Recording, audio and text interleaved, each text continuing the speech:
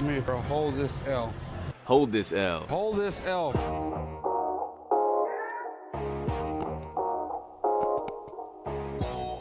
All right, welcome to another episode of Hold This L with your host Lonnie and Cappel. Good morning to everybody. How you doing, cuz? What's going on with you?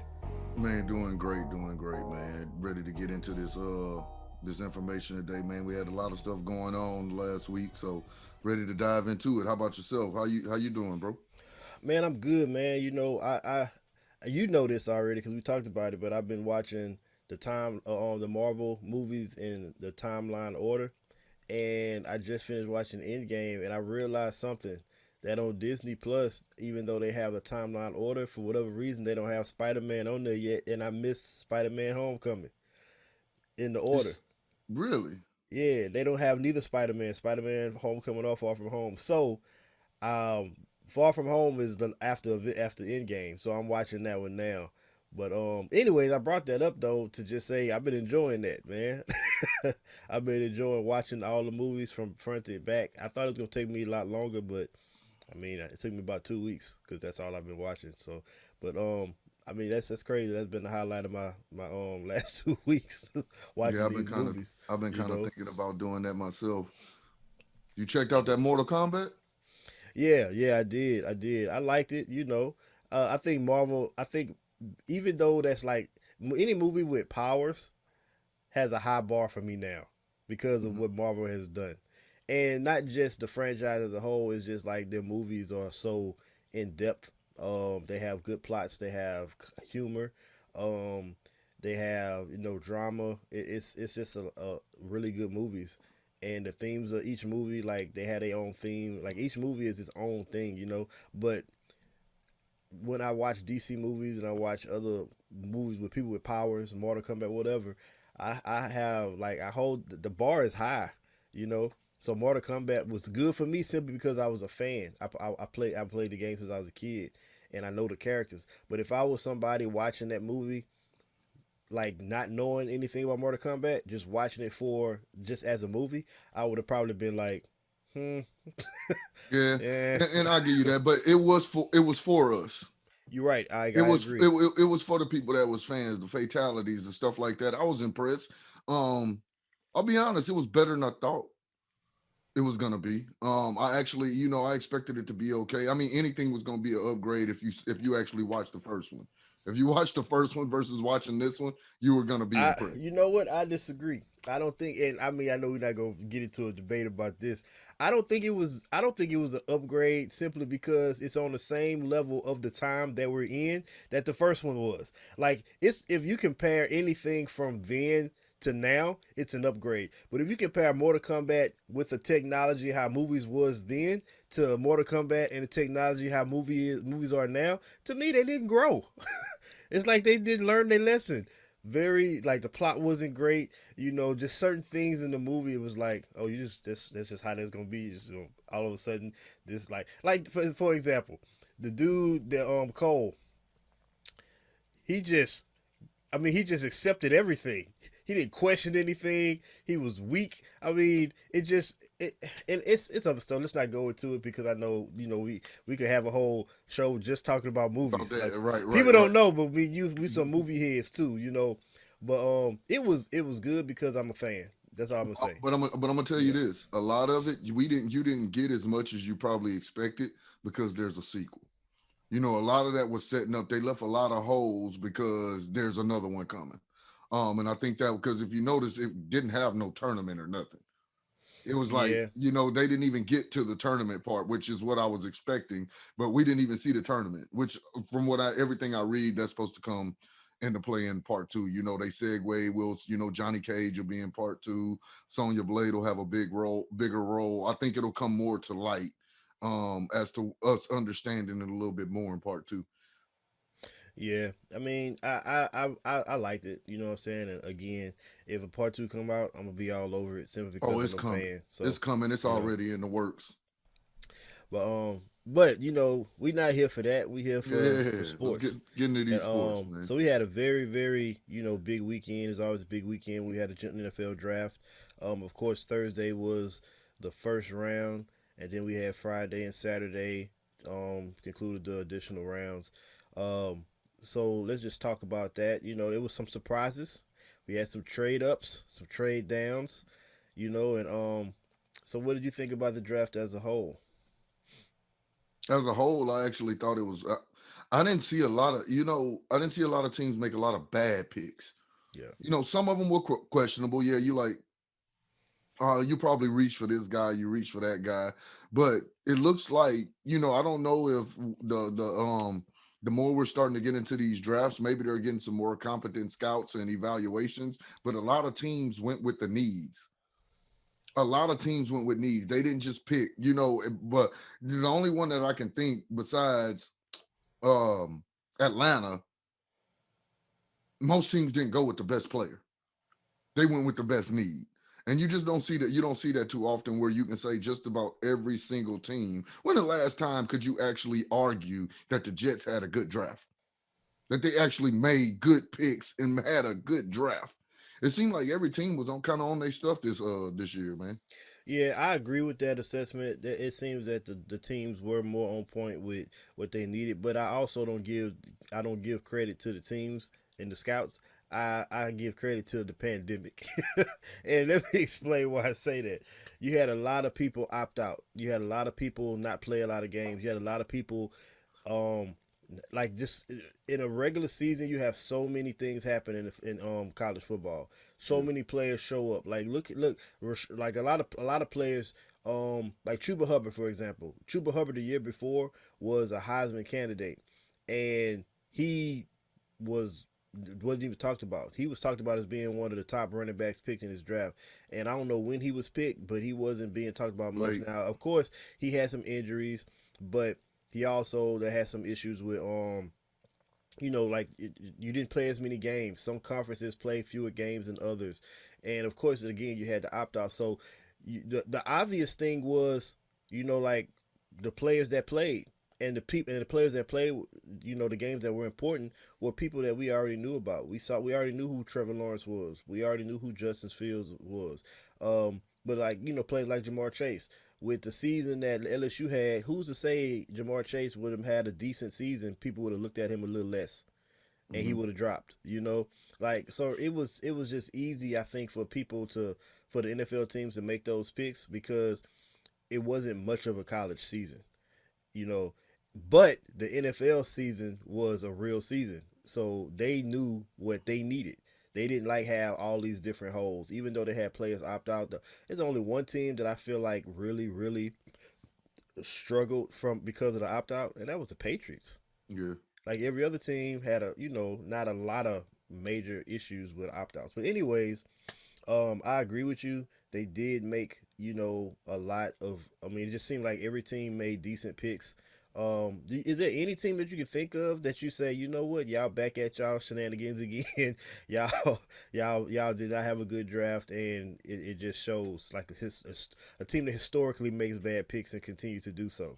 And that's what I'm saying. There's not one that I can really say. Most of the teams that you would say does that actually did well this year.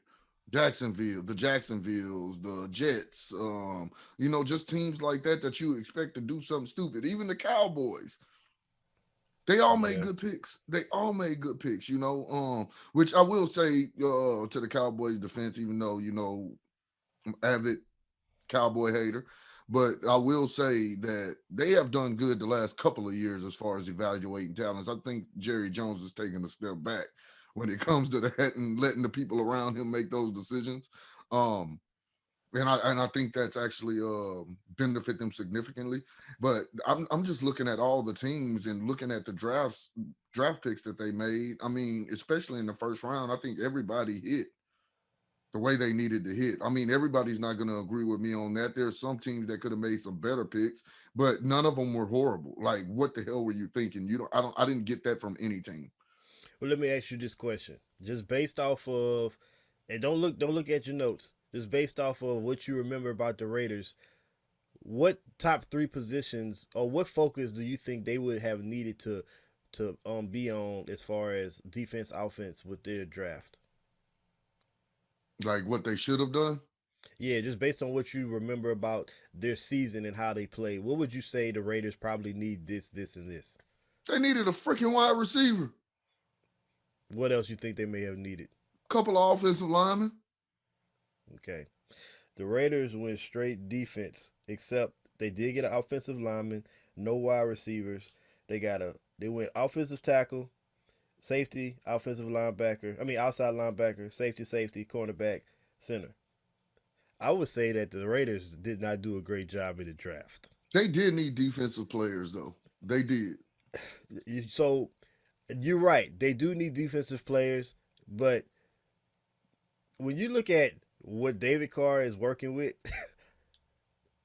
like the wide receivers, they probably have who has a worse wide receiver core than them. Patriots. That's it. And you're right, the Patriots. And that's it. You know, at least the Patriots when they got a quarterback, somebody that they think maybe could be their future.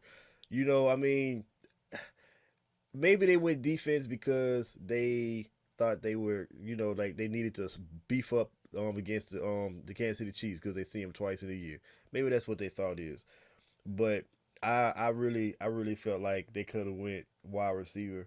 Um, they had the 11th pick in the second round, which is a pretty high pick for the second round. But anyways, I agree. I don't think they completely lost. I just, if I had to go and look at a team that I feel like maybe didn't do themselves the best justice in picking, I would say it was Oakland. But overall, you're correct. So let's jump into the meat of the draft though. Do you think there's any like real winners? Who won the draft? um, it's kind of honestly the two teams that I felt like. Honestly, I'm gonna tell you the best. The team that bolstered their team better than anybody, Let's in make my this opinion. easy. Let's make it easier. Give me 2 to 3 teams. First and foremost, Chicago Bears. Okay. Where they were able to land Justin Fields at, that was a steal. Nobody, nobody can sit here and tell me that they thought for a second the Bears had any chance to get Justin Fields. You're right. No, With the nobody. Nobody. where they were at with the pick, nobody expected the Bears to be able to get a quarterback. That was it just, even people were questioning the whole time, like, why are the Bears not trading up trying to get a quarterback? They literally don't have a quarterback. So for them to get Justin Fields, to me, they hit the lottery. They hit the lottery in the draft. They got the steal of the first round, getting him with what, the 11th pick. Justin Mm, Fields didn't even go to in the top 10. We were talking about him being the top 5 pick all year, he should all have been. year. Yes, Should have he been. should have been. Yeah, he should have went to you know who I think he should have went to. But Mm. that's neither here nor there. I'm happy with who we got. I'm cool with Trey Lance, but I much would have preferred Justin Fields. But I say I would definitely give it to Chicago. I think they were number one. Um, I feel like Miami had a freaking awesome draft. I really feel like Miami had a great draft. And the other team I would look at, I'm gonna say I think about 49ers had a great draft. I really Good do enough. feel like we had a great draft. Um, So that's three. That's good. That's good enough. You can be biased and pick your 49ers, even though they did yeah, have a good draft. I mean, I can't. there's a couple of Nobody teams that I can. would say probably had a better one, but that's my bias coming in. That is definitely my So bias. I don't disagree with any of those. When I look at the draft as a whole, I only really focus on the first round and players who maybe slide. Like sometimes you get players who drop in the draft because they're considered troublemakers or they have a history, which is ridiculous that so many people drop in the draft because of that, and most of those players pan out. It ain't too many players that have a history, you know, and they end up getting the NFL and it don't work out because of their history. Usually, if it don't work out, it's because they just didn't play well. But anyway, that's beside the point. So I don't really focus on like all the picks because we don't know how good they are until they play. But so with that being said, I'm looking at like the first couple of rounds of the draft, and I think Philly, they really won, making that trade to get Devontae Parker. Devontae Smith. Um, he he has a rapport with Jalen Hurts. They know each other. As much as Philly don't want to name Jalen Hurts as a starter, they know that they're going to be their starter. It's his job to really lose, and um he won't lose it in practice and preseason. He'll lose it Who if he's gonna not playing well start? in the game. They signed somebody, and I forgot who it was, but they said it's gonna be a competition. They said it's open, you know. But I mean, that's just them being the coaches that they are and the organizations that they are. I can't remember who it was, but besides the point, they really won. And another team who I didn't think I would be saying this today, who I think won, was the Dallas Cowboys. First of all, they made a trade with a division rival, which is something that you don't really see, But they made a trade with a division rival, and while a lot of people thought the Dallas Cowboys made that trade to get Patrick Surtain, he got picked right before they made their pick by Denver Broncos, and they went with Micah Parsons, who many people believe is actually the best defensive player in this draft. He is one of those linebackers who people project as being a stud star type linebacker. If he's just as close to as good as what people think, he's going to anchor that defense for years to come. And he's the type of player who can make a defense like Dallas Cowboys, who was one of the worst in the league, automatically in the top 15, just because of how good he is and how good he directs his team. Stops the run. He can rush on the edge. He can drop back in coverage. He can do it all. Um, and with as bad as their defense is, getting a player like that, again, if he is that player, that's a clear win. And I don't think a lot of people know that, because again, a lot of people don't follow college football. But Michael Parsons out of Penn State, beast. And if he was one of those He opted out. he's one of those people who had trouble off the field too, character questions. A lot of people believe he would have been a lot higher in the draft, had he not had those character issues. Um, but so those two teams, and I have to agree with you. I mean, to me, a 49ers is like without goes without saying. They made the trade, they got the person that they wanted, who many people believe will eventually be looked at as the best quarterback in this draft, Trey Lance. Um, but I would have to say my third team is the one I agree with you is Miami. I really like that Jalen Waddle pick. I think Tua is a good quarterback. He didn't have that great rookie season like Joe Burrow and Joshua Herbert. And was there anybody else that was a rookie that had a good season? Not like them. Yeah. But I do believe his adjustment was different because he was coming off an injury. He also went to a team that didn't have the same type of weapons, more conservative team. Um, and he didn't start the season like they did either. Like Josh Herbert pretty much started the season because Tyrod Taylor got hurt game one. Burrow started the season, and Tua didn't. So I do think that he's going to have a good season. But having Jalen Waddle, somebody that he knows, like they have a connection, that was gold for them.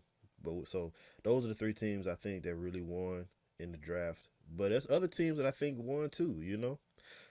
We just have the one team that I don't think won is the Jets. I know we talked about this earlier, but I just feel like they went and got a quarterback who's not going to be able to do much because he don't have that much around him. Now they did get some offensive tackles. I'm not going to lie.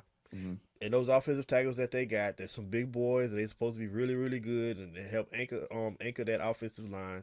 And maybe the Jets are gonna be on the rise simply because the picks that they made are gonna actually like create the foundation, kind of like what Dallas did years ago when they made a bunch of picks on both offensive line, and before you knew it, they had the best offensive line in the league, and Ezekiel Elliott was running 3 to 4 yards without getting touched like Emmitt Smith. Yeah. So it's hard to judge that. But Drafted a wide receiver too. yeah, they did draft a wide receiver, but my point is strictly 100% about the quarterback. I really think that they just made a mistake. And I know they had to get a quarterback, but since you traded away Sam Darnold, I don't know why you didn't go Justin Fields. Everybody knew they was gonna get Zach Wilson. It was very clear that that's who their person was. I just don't understand what they saw in Zach Wilson. I don't understand it. Justin Fields is to me is clearly the better quarterback. To everybody, he's a better quarterback. I need somebody to explain it to me. For that reason, I think that they lost in the draft. Zach Wilson may turn out to be a good quarterback. He may turn out to be a quarterback that they have for the next 12 to 13 years. But I think at the end of the day, when at the end of the careers, when you look at Justin Fields and Zach Wilson, you will say if Zach Wilson made the Jets a perennial a perennial playoff team where they were going every year but they never won a championship, I believe you could say if you drafted Justin Fields, you probably would have won a Super Bowl. So even if he's a good quarterback, I still think they made a mistake because I think Justin Fields is going to be way better. Anyways, I know that was a lot. No, Anything you want to add? not really. No, I actually, I'm a big believer in Robert Saleh. I like him a lot. So I like like I said, I like the direction the Jets are going in. I think they address three of their main problems. I mean, what's the thing we always said? They didn't give Sam Darnold no weapons. He didn't have no protection. One of your first three picks, you had two in the first round. You went quarterback, you went offensive guard, then you went wide receiver. I mean, you immediately addressed three of the things. And don't get me wrong, I don't the Jets didn't draft to go win the Super Bowl this year. They're building. Yeah. And I think it was like even the getting rid of Sam Darnold, I think the Jets just wanted a fresh start, period. With Robert Saleh, what's one of the things we always say about a new coach that comes in that don't have the players that he want. They usually want the players that they want. So it may have been something about Sam Darnold that Saleh didn't like or didn't want, or he preferred to just start over. The Jets in I general. agree. I agree with that. So I still think they would have got Justin Fields though. But go ahead. Yeah. yeah, and Yeah. I look, how I felt about Yeah. Justin Fields. I wanted the Niners to get him all day, every day. I think he was the second best quarterback in this draft, if not the first best quarterback in this draft. But I can't even make that argument with Trevor Lawrence. We saw what that dude can do. So you know, Yeah. with that being said, I mean, I don't mind the Jets. Like I said, if I had to give you anything on that, I would give you that why didn't they take Justin Fields? But maybe they know, like I say, they know something that we don't know. And like I say, they had Zach Wilson was high on them draft boards for a reason. He jumped up for a reason. I didn't get to watch a lot of his games or see a lot of his highlights to be able to evaluate what the reason was. So I don't have a very intelligent way to be able to explain that, except we saw Justin Fields. We didn't really get to see Zach Wilson as much. So But um he wasn't one. He wasn't like a Trey Lance as far as you know. Um, he just came out of nowhere, like to us, like Carson Wentz was and Ben Roethlisberger, to play for schools that nobody knew about and paid attention to, and then all of a sudden the NBA draft, his name came up. Zach Wilson was somebody who was on the radar even before the draft, like because he played on a team, one of the teams that was undefeated in BYU, and then they played against Coastal Carolina, which is another team that was undefeated, even though they're in like smaller conferences. So he was on the radar. He was a prospect before the season was over with. So he didn't come out of nowhere. no, he You didn't. know? I'm just saying Yeah. we didn't watch him a lot. I didn't actually physically watch him enough. I heard about him, heard plenty Well, about him, but I never actually got to see his games. yeah. I mean, he put up big numbers. I would say this: when he played against Coastal Carolina, the one team that people actually was like looking forward to, he went to bed.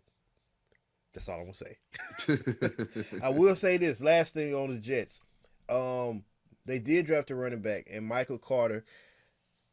I don't know. I don't know what their plan is for running back because they got a lot of weak players, on the as running backs on their team. Nobody that really stands out. But if they drafted Michael Carter to be their future running back, he's a good one from North Carolina. North Carolina had a two-headed monster. They had Javante. I can't remember his last name, like Javante something Williams, I think, and then Michael Carter. Both of these boys ran for over 1,000 yards. They would run. Both of them would run for over 100 yards a game. Michael Carter can catch the ball at the backfield. He can run the ball well. And for you fantasy heads, pay attention. If you see them premiere Michael Carter as their running back when we go through preseason, if he's listed as number one on the depth chart, don't sleep on him. That's just a little nugget. If you win your league because you draft Michael Carter, make sure you send me a couple dollars. All right, let's move on to NBA. So we got about 10 games left for the playoffs start, and let's talk about this play-in game, this play-in tournament, because This is different, and I don't even think a lot of people really know like what it is. So let's just talk about what it is, and then let's talk about is this good for the NBA? So the play-in tournament is you have teams seeded 7 through 10. They make the tournament. The tournament is going to be May 16th through May 21st, and the way it's set up, you got 4 teams in each division in each conference, 7 through 10. So it's going to be a total of 8 teams in the tournament. Um, so the 7, 8 seeds are going to play each other, and then the 9 and 10 seeds are going to play each other. Whoever wins the game out of 7, 8 seed, they're going to be the 7th seed in that conference. They're going to automatically be the 7th seed. They won that game. They're done. The loser of the 7, 8 seeded game has to play the winner of the ninth 10th seed game. So the loser of the 7, 8 plays the winner of the ninth 10th, and whoever wins that game is the 8th seed. The 2 teams that lose, that don't make it, they're just going into the lottery for the NBA draft. And then we'll have our top 8 teams and we'll start our playoffs as normal. So that is the play in tournament. What do you think about this tournament, man? Do you think it's good for the NBA? I think so. Financially, it definitely is, which is what's the goal of most of these leagues, to make money. Um, you got more teams that are relevant, and you keep more teams playing than what you normally would. Just think about this for a second. Washington is 29 and 35 and still got a chance to make the playoffs. And if you've paid any attention to Washington, Washington is not the team that they were at the beginning of the season. Mm-hmm. So with that being said, you got teams that are a lot better than what their record shows, and we're going to get to see that come this playoff time. Charlotte's not a bad team. Don't think they can't sneak up and beat somebody and surprise somebody Mm-hmm. like a Miami, who's the 7th seed right now, and in Charlotte's the 8th seed. Um, I think it bodes even better for the West because now you have teams over 500 or right at 500 that have the opportunity to make the playoffs. Golden Mm-hmm. State, Portland, Memphis, San Antonio. It's to me, you don't get penalized as much for injuries. And who's to say in the next few games, like a New Orleans, teams like that don't go on a streak and get themselves in that 10th spot? I think it just makes for more interesting games toward the end of the season, which brings more viewers, which is going to make everything more interesting. And I mean, you basically have made like a wild card round, Yeah. which is going to get more viewership. I mean, you basically got a playoffs before the playoffs. So I mean, who's not going to be watching the play-in games? Yeah. We all will. Yeah. So I agree. I see it's one of those things for me, just being objective. I see the positive part of it and I see the negative part. It's more positive than negatives though. So I'll start with the positive parts. The pros. You're right. It's gonna gain more viewership. Financially, it's gonna be better for the NBA. It gives players who wouldn't even sniff the playoffs the opportunity to still be in the playoffs. Um, and I think that's probably the biggest thing, for me as a fan, is being able to see those other teams have a chance. Like a Washington, like you said, they're clearly a different team, but if they didn't have this play in, they really probably wouldn't make it, even though they're playing a lot better. So this gives them opportunity to win a game, or win 2 games in the playoffs, depending on where they finish, and give somebody hell in when the actual playoff series starts. Um, but if I'm a 7, 8 seed, I'm pissed. Like if I'm a 7, 8 seed, I'm pissed because traditionally you're 7, 8 seed, you go straight to the playoffs, you start your series. You know, the odds of you winning, not the highest, but they've had 8 seeds knock off 1 seeds before. Definitely 7 seeds knock off 2 seeds. That's more of an occurrence, even though it's not likely. It's something that happens. And then when you look at a division like like the West or whatever. If Portland right now is the 7th seed, they'll be playing Phoenix. You can't tell me Phoenix is automatically gonna win that series. You can't say that. Portland is good, and they're starting to play really, really well. They're picking it up. Finally got all their pieces together. They starting to look like a team. Damian Lillard not having to do everything. They picked up Norman Powell. They're looking really good. So Portland, if they just happen to have a bad game in the play-in tournament and they end up not making it, you can always argue that, dang, that's not good for basketball. Portland, one of the premier teams. They just had a bad run because they had some injuries, and now they're not in there because they just end up, they just had a bad game in the play-in tournament. So you can always look at it that way. Um, Same thing with Golden State. Golden State, they number 9. If they was to if they win enough games to get to that 7-8, and they playing against Utah, I don't care how great Utah's been playing. You talk about Steph Curry in the playoffs.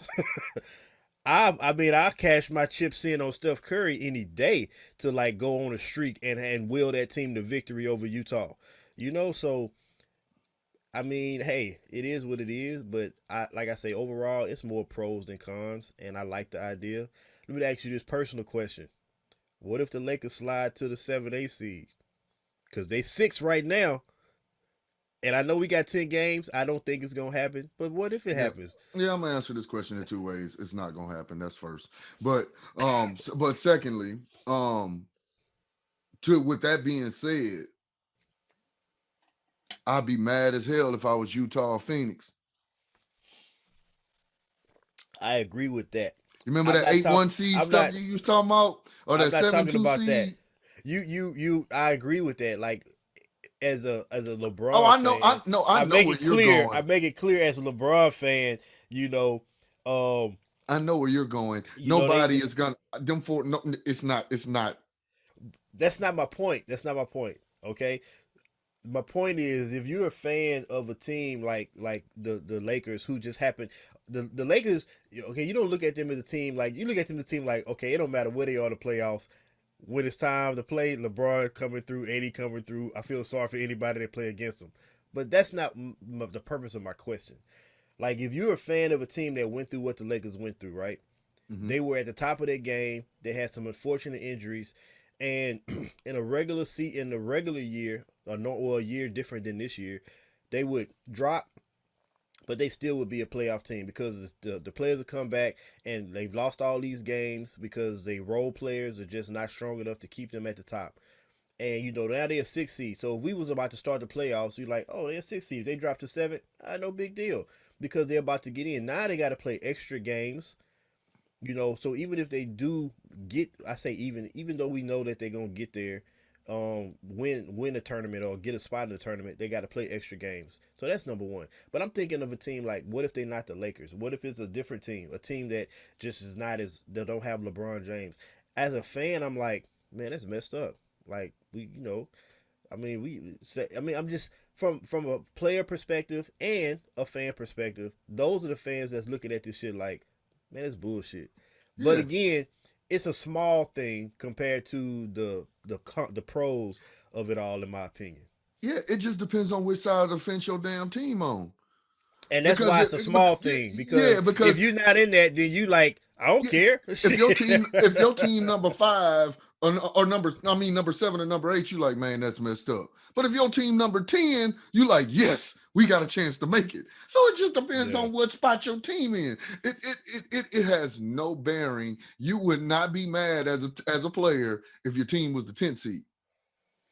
So let's quit with saying, man, my team was the 7th seed. They Hey, should have made it. If I they were the would 10th seed, listen if I'm a team like Washington, right? And we know we got Bradley Beal still signed up, we got Russell Westbrook still signed up, and we starting to look good, we playing good, but we know we still don't have enough pieces. Let's go back in the lottery.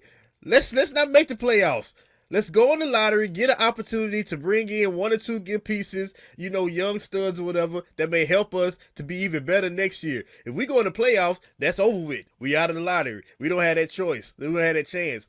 I mean, you never know. When you get in the lottery, it's still a chance that you may end up getting one of those really high picks simply because of the luck of the draw. So as a fan, I may not be thinking that. I may be thinking a little differently because I'm like, we ain't got no chance to win no damn championship. I don't give a shit about being in no playoffs for a week and then getting kicked out. We need some more players.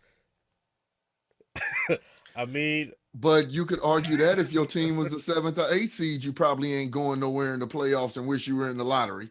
I mean, let's just be honest with you. I you mean, like you say, can it you can it argue that happens.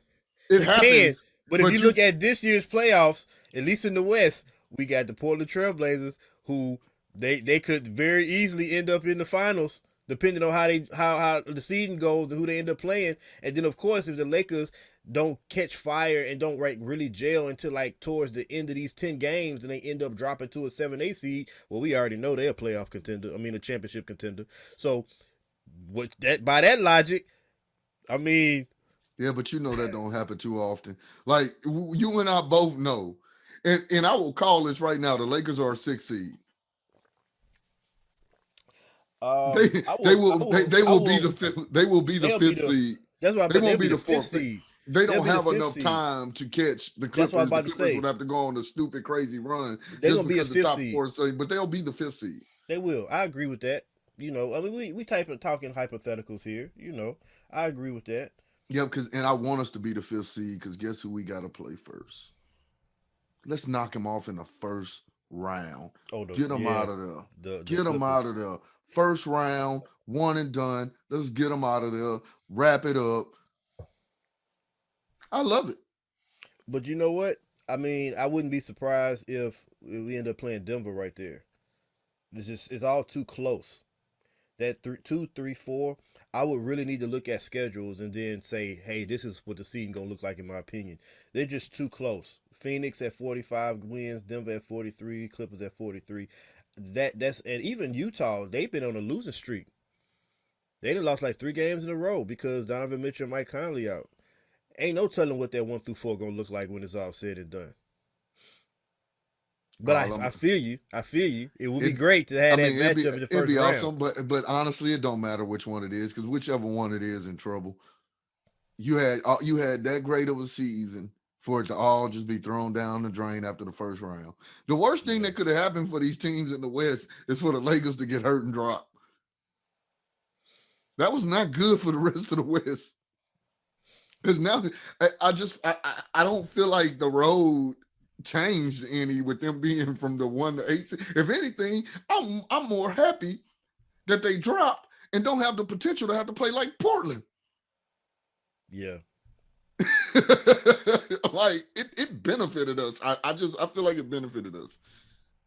And we But got LeBron James back and AD at the right time, healthy with Drummond. They still got time. I mean, you're gonna give them 10 games plus to mesh. They fine. They gonna be fine. I mean, I agree. I agree. They gonna get it together. LeBron his first game back, you know, and I mean he. Let me get off my soapbox real quick. Let me get on my soapbox real quick. LaMelo Ball played 28 minutes yesterday. I was pissed because we so often we had these coaches come out talking about limits restrictions and you know how much minutes was gonna play. This dude ain't give us no indication at all of what LaMelo Ball was gonna be. He was on. Oh, I'm sorry, y'all. I'm pissed because of for daily fantasy. I'm just venting right now because that could have been some money, some He good was money cheap made. too. He was very cheap, but anyways. LeBron James came. He played a pretty good allotment of minutes. I didn't expect him to play that many minutes, but I know why, because even though he's been out, I'm pretty sure he's been conditioning really well. And LeBron James don't do that. I'm coming back to play 15-minute type shit. Like he don't Yeah. come back unless he's ready to go. And he was full steam ahead, which is good. They got a new piece in Drummond. I know that they played Drummond more minutes this last game, and I think that it's all calculated. Trying to give more time with him on the court. Um, so they pretty much like just like they learning how to play together, and I think by this ninth 10th game, it's to me it's almost like when we had the playoffs. I mean playing. I mean not playing, but the bubble.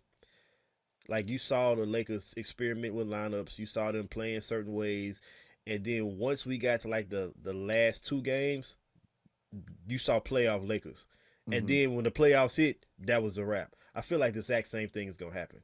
They feeling themselves, trying to get used to how they like learning each other, and right maybe right the last 2 games or whatever, You may see rest. You may see rest the last game or so, but right before that last game, you're going to see like the Lakers really playing. You know, so um. Anyways, that's all I got. That's all we got. It's for in the NBA. But we do have to give our L's this week. Who you got holding the L, man? Man, you kick it off with this one. You kick it off with this one. So while I don't believe anybody may had a bad draft, I do believe there's a stupid ass team out there who whose pride allowed them to not really be prepare themselves for the future, and that is the Green Bay Packers. Damn, you took it. The Green Bay Packers, they gotta hold this L, okay? Because I understand Aaron Rodgers is looked at as the greatest talent at the quarterback position outside of maybe Mahomes. And, for some people, Mahomes already is the greatest talent, but some people still hold Aaron Rodgers there. He just won the MVP. I mean, how can you argue with that? The greatest talent at the position that's ever seen. I understand you have him. You don't want to get rid of him, but you fucked that up. You messed that up. You damaged the relationship. He doesn't want to be there. And the 49ers offer you their first round pick, which is the number 3 pick, their first round pick next year, correct? Mm-hmm. Jimmy Garoppolo, who's a good quarterback, somebody that could come in right now and help you win games. You already drafted your quarterback of the future in Jordan Love last year. You don't take a first round quarterback and then say, oh, well, he's a backup. No, that's your first round quarterback. You drafted him the same place you drafted Aaron Rodgers, you know? And I think it was another first round pick. So 3 first rounders, Jimmy Garoppolo, and you turn that down? What else you think you're gonna get for Aaron Rodgers? He said he don't want to play with y'all no more. He said he don't want to step on the field. You turn that down, like, and that's one of the reasons why you're a dumbass organization. The other is, how do you let this relationship get that bad? How do you not respect this man enough to listen to what he's saying, listen to what he's asking for? How do you have so much pride that you tell him basically shut up and throw the football? That's basically what you're telling him. Without him, your organization is shit. He's carried your organization for years while you've made bad picks, not put enough around him on offense. You made all these defensive draft picks in the last 9 years. They've made all defensive picks except for Aaron Rodgers. He was the only offensive pick that they made in the first round. Talking about the first round, not like all the way through. But in the first round, they've made only defensive picks except for Aaron Rodgers except for when they drafted Jordan Love. Mm-hmm. So the only time they drafted an offensive person was his replacement. Nobody to help him in the first round. So I think, and if you think about it, look at Brett Favre. Brett Favre left on bad terms. They got Aaron Rodgers, who's on bad terms. Even if Aaron Rodgers decide to play and they don't trade him, he's not going to leave the Green Bay Packers on good terms. So the organization clearly does not know how to take care of at least their quarterback. I'm not going to say all players because some people may have a great experience, but at least their quarterback. And I'm looking at their draft, right?